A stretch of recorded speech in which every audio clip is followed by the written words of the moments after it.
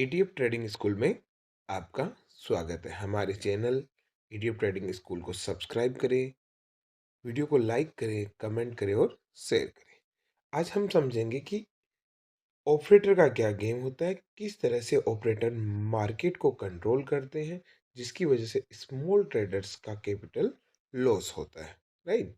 तो हम समझते हैं कि ऑपरेटर किस तरह से काम करता है। क्योंकि यहाँ ऑपरेटर का मतलब है एफआईआई या एचएनआई, जो हाई नेटवर्क इंडिविजुअल है जो ट्रेडिंग करते हैं, या जो एफआईआई, क्योंकि डीआईआई को ट्रेडिंग इस तरह की अलाउ नहीं है तो वो नॉर्मली ये नहीं करते हैं। तो पहला है उनका मार्केट मैनिपुलेशन टेक्टिक। किस तरह से करते हैं? Pushing market up with small capital infusion. वो मार्केट को पहले ऊपर ले जाते हैं, थोड़ी कैपिटल का मतलब जैसे मान लेते हैं 5 मिलियन कैपिटल से वो क्या करते हैं, मार्केट को थोड़ा ऊपर ले जाते हैं। Attract retail trader. इसकी वजह से क्या होता है, रिटेल ट्रेडर अट्रैक्ट होता है, उन्हें लगता है कि मार्केट ऊपर जाता है तो वो अपनी क्या करेंगे, रिटेल ट्रेडर लॉन्ग पोजीशन बना लेंगे, यानी वो बाई कर लेंगे। और स्विफ्टली शॉर्टिंग मार्केट, और जब मार्केट ऊपर चला जाता है तो उस मार्केट को क्या करते हैं, वापस से शॉर्ट करते हैं विथ लार्ज सम। जैसे 5 मिलियन से किया था तो ये 10 या 15 मिलियन से इसे शॉर्ट करेंगे, यानी ऊपर थोड़े से ले जाएंगे, बाकी पैसा रिटेल ट्रेडर लगाएगा। मार्केट ऊपर चला जाएगा तो वहां से वो क्या कर देंगे, शॉर्ट कर देंगे और इसे नीचे लाएंगे, और प्रॉफिट फ्रॉम कंट्रोलिंग मार्केट। और फिर इस तरह से वो डायरेक्ट मार्केट में, जिससे उन्होंने नीचे बाई किया तो वो क्या हुआ, मार्केट ऊपर गया। मार्केट ऊपर गया तो और रिटेल ट्रेडर आ गए और मार्केट बहुत ऊपर चला गया। तो मार्केट बहुत ऊपर गया तो उन्होंने उसे वहां से शॉर्ट कर दिया बहुत ज़्यादा अमाउंट से। फिर जब मार्केट वापस नीचे आया, यानी मान लो 5 यहाँ किया तो 10 सेल कर दिया, तो इस 5 का भी उन्होंने प्रॉफिट बुक कर लिया, और 10 में से 5 बच गया, वो और नीचे आएगा। अब मार्केट और नीचे आएगा, जो पहले वाला हाई था उससे भी नीचे आएगा, तो सब लोग ट्रेप हो जाएंगे, सबके सबके स्टॉप लॉस ट्रिगर हो गए एक तरह से, और यहाँ पे उन्होंने वापस से बाई पोजीशन बना ली। राइट। तो इस तरह से वो मैनिपुलेट करते हैं। आगे और टेक्निक समझते हैं। Legal exploitation. क्या ये प्रोसेस लीगल है? हाँ, मार्केट में बाई करना और सेल करना दोनों ही लीगल है। तो वो क्या करते हैं, पावर ऑफ मनी को यूटिलाइज करते हैं, जिससे क्या होता है, मार्केट ऊपर जाता है बेस्ड ऑन सप्लाई और डिमांड के आधार पर मार्केट में मूवमेंट करते हैं। जब वो सप्लाई बढ़ा देंगे तो मार्केट नीचे जाएगा, जब वो सप्लाई कम कर देंगे यानी डिमांड बढ़ा देंगे तो मार्केट ऊपर जाएगा, और सप्लाई बढ़ाएंगे तो मार्केट नीचे जाएंगे। और इस तरह से वो जो मार्केट का मैनिपुलेशन करता है, एक तरह से लीगल तरीका हो गया। आप ये नहीं कह सकते कि भाई, आप ये नहीं कर सकते, क्योंकि वो बाई और सेल कर रहे हैं और कुछ ही नहीं कर रहे, तो इस वजह से उन्हें कोई प्रॉब्लम नहीं है। तो नॉर्मली एफआईआई ये इसी तरह से काम इसे समझते हैं कि इसका साइकोलॉजिकल एस्पेक्ट क्या है इस तरीके का। तो देखो, जब वो initiate upward moves to trigger FOMO among the retail trader, जब वो स्टार्टिंग में बाइंग करने लगते हैं, मान लो उन्होंने किसी स्टॉक को चूज किया, उसमें बाइंग की, उसमें 5-10% ऊपर आ गया वो, तो क्या करती है, रिटेल ट्रेडर उसे देखता है, उसे फोम होता है, फियर ऑफ मिसिंग आउट, और फिर वो उसमें एंट्री बनाता है। यानी किसी स्टॉक को यहाँ उठाया और जब वो यहाँ से यहाँ पहुँच गया तब रिटेल ट्रेडर इसमें एंट्री बना लेगा।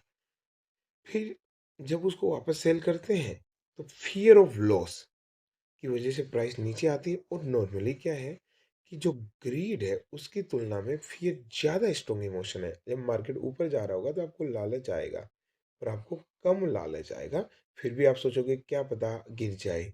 पर जैसे मार्केट नीचे आने लगेगा फिर आपको लालच नहीं रहेगा, ग्रीड बिल्कुल नहीं रहेगी, फियर बहुत ज़्यादा हो जाएगा। तो जितनी मार्केट में प्राइस ऊपर गई उससे कई गुना या उसकी तुलना में ज़्यादा नीचे आती है। तो क्या करता है, स्ट्रॉन्ग इमोशन है और इससे मार्केट को एक्सेलरेट करता है नीचे जाने में। तो हमने समझ लिया कि वो केवल उसे ट्रिगर करते हैं ऑपरेटर्स, फिर उसके बाद में रिटेल ट्रेडर है जो प्राइस को या तो ज़्यादा नीचे ले जा रहा है या ज़्यादा ऊपर ले से बच कैसे सकते हो, तो ये आइडेंटिफाई पैटर्न। जो प्रोफेशनल रिटेल ट्रेडर है, जो नए रिटेल ट्रेडर है वो तो फंसेंगे इसमें। जो प्रोफेशनल ट्रेडर है वो पहचानते हैं किसको, सप्लाई जोन को। जैसे कोई स्टॉक है तो वो ये देख लेते हैं कि यहाँ से यहाँ, तो यानी इस एरिया में तो एफआईआई बाइंग करता है, इस एरिया में एफआईआई सेलिंग करता है। राइट। ये बदल सकता है एरिया, पर वो एक उसको पहचान लेते हैं। और जो नोविस ट्रेडर है, वो बाय एट रॉन्ग प्लेस। और नोविस ट्रेडर क्या करेगा, ऊपर जाता है तब खरीदता है, राइट, और नीचे आता है तब बेचता है। करना चाहिए इसका उल्टा, आफ्टर द प्राइस रिलीज, के प्राइस ऊपर जाने के बाद नोविस ट्रेडर खरीदता है। Understanding supply and demand dynamics for strategic market entry. तो आपको क्या करना चाहिए, डिमांड और सप्लाई को समझना चाहिए, कहाँ डिमांड है कहाँ सप्लाई। हम आगे एक वीडियो में इसको भी कवर करेंगे कि डिमांड सप्लाई में भी कहाँ प्रॉब्लम रहती है। आपने डिमांड और सप्लाई जोन समझ लिया है, उसके बाद भी आपको किस तरह से ट्रेड किया जाता है, इसको हम एक और वीडियो में, प्रोफेशनल ट्रेडर नाम से एक वीडियो और बनाऊंगा, उसमें मैं आपको समझाऊंगा किस तरह से आपको वहाँ भी ट्रेड किया जाता है। तो कमेंट में ज़रूर बताइए, क्या आप चाहते हो कि how to be a professional trader पे एक वीडियो चाहते हो, तो ज़रूर बताइए। एक नई टेक्निक आती है जिसका नाम है मीडिया मैनिपुलेशन। मीडिया मैनिपुलेशन होता है, जिसे आपने देखा कोई स्टॉक गिर रहा होता है तो अचानक उसके बारे में नेगेटिव न्यूज़ आने लग जाती है, और नेगेटिव और नीचे और नेगेटिव और नीचे। तो ये नेगेटिव न्यूज़ अचानक से नहीं आती, या फिर कुछ रैंकिंग एजेंसी उनके टारगेट्स को कम कर देती है ना। तो ये किस तरह से है, या यूट्यूब पे चैनल पे कुछ लोग उसका नेगेटिव बताने लग गए हैं, राइट। तो ये देखो, spreading fake news to influence the market sentiment. तो ये क्या करते हैं, जो एफआईआई है या जो ऑपरेटर्स है, वो क्या करेंगे, फेक न्यूज़ फैलाएंगे। किसके जरिए, कोई वेबसाइट चैनल, है ना, जिनका काम इसके बारे में रियल चीज़ बताना है, वो फेक न्यूज़ बताएंगे, जिससे क्या करेंगे, मार्केट के सेंटिमेंट को इन्फ्लुएंस कर सके, क्रिएटिंग ए न्यू रियलिटी। एक नई रियलिटी बनाती है, जो रियलिटी नहीं क्या है, फिक्शन है, टू सेव पब्लिक परसेप्शन, ताकि वो अपने पर्पज से पब्लिक परसेप्शन भेजे। Exploiting public tendency to react impulsive. अब जो लोग न्यूज़ देखते हैं, वो न्यूज़ के हिसाब से इम्पल्सिव रिएक्ट करते हैं। जैसे मान लो आपने कोई स्टॉक खरीद रखा है और अचानक से वो 10% गिर गया है, तो आप क्या करोगे, अपने फंडामेंटल्स तो चेक करोगे नहीं कि भाई कंपनी पहले जब मैंने खरीदी थी तब कितनी अच्छी थी, कि अब खराब हो गई, वो चेक नहीं करोगे।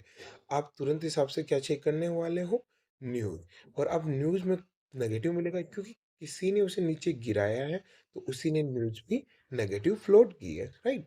तो वो अपने पर्पज से न्यूज़ को नेगेटिव और पॉजिटिव फ्लोट करवाते हैं, जिसकी वजह से मार्केट नीचे, जब उन्हें किसी स्टॉक को ऊपर ले जाना हो तो पॉजिटिव न्यूज़ स्प्रेड कराएंगे, जब नीचे लाना है तो नेगेटिव न्यूज़ स्प्रेड करवाएंगे। इस तरह से वो ये काम में कॉम्प्लेक्स स्ट्रेटेजीज यूज करते हैं। जैसे मान लो फ्यूचर एंड ऑप्शन में एफआईआई का ओपन इंटरेस्ट होता है, तो selling stock option to create illusion of market instability. जैसे मान लो कोई स्टॉक ऊपर जा रहा है, ऊपर जा रहा है, इसका मतलब लोग उसके कॉल को बाई कर रहे हैं, राइट। ऑपरेटर क्या कर रहा है, कॉल ऑप्शन को सेल कर रहा है। अब कॉल ऑप्शन की वैल्यू कम होने पर ऑपरेटर का प्रॉफिट होगा, क्योंकि उसने ऑप्शन सेल किया है। तो अचानक से ओपन इंटरेस्ट बढ़ेगा किसी स्टॉक के कॉल ऑप्शन में, तो पब्लिक को क्या परसेप्शन जाएगा कि इसका मतलब ये अब करेक्ट हो सकता है। तो उन्होंने क्या कर दिया कि इल्यूजन कर दिया कि मार्केट अब अनस्टेबल हो गया है, राइट। ऐसे ही जब कोई स्टॉक नीचे जा रहा है, तो उन्होंने पुट ऑप्शन सेल कर दिए। पुट की वैल्यू कब बढ़ती है, जब मार्केट नीचे जाए, तो बढ़ी हुई प्राइस में उन्होंने पुट सेल कर दिया। अब जैसे जैसे पुट का ओपन इंटरेस्ट बढ़ता गया, वैसे वैसे ये टेंशन होने लगी कि इसका मतलब मार्केट को ऊपर जाना है, क्योंकि हमेशा सेलर को प्रॉफिट होना होता है ऑप्शन ट्रेडिंग में। तो अब मार्केट ऊपर जाएगा तो जनता क्या करेगी, फियर में उससे निकलने लगी। और ये जो इफेक्ट है, ये आपका एफएनओ मार्केट में, पर इसका इफेक्ट आर्बिट्राज की वजह से आपके किस मार्केट में आ जाएगा, ये इस मार्केट में भी आ जाएगा। तो वो क्या करते हैं, ऐसे ऑप्शन करते हैं, और वो favouring narrative to align with trading position. तो जो उनकी ट्रेडिंग पोजीशन है, कि वो लॉन्ग या शॉर्ट जिस तरह से बैठे हैं, उस तरह का नैरेटिव बनाने की कोशिश करते हैं ऑप्शंस के जरिए, है ना। Degrading truth for personal, disregarding truth. और जो रियलिटी है उसको इग्नोर कर देंगे, किसके लिए, अपने पर्सनल बेनिफिट के लिए। जैसे आपने किसी कंपनी को देखा, उसका रिजल्ट अच्छा आया है, फंडामेंटल्स अच्छे हैं, पर इन्होंने पोजीशन ऐसे उल्टी बना ली, तो हमें टेंशन होने लग गई, है ना। वो कॉल सेल कर करके बैठ गए, हमें लग रहा है मार्केट ऊपर जाने पे, पर उन्होंने क्या कर दिया, कॉल सेल कर दिया। मार्केट में सेंटिमेंट क्या बन गया, कि अब मार्केट नीचे जाएगा, कुछ ना कुछ तो प्रॉब्लम है, राइट। बिना किसी न्यूज के भी हमें इसे डाउट होने लगा, साथ में न्यूज भी फ्लोट समझते हैं। इसका जो इफेक्ट है वो है मार्केट स्पेक्यूलेशन।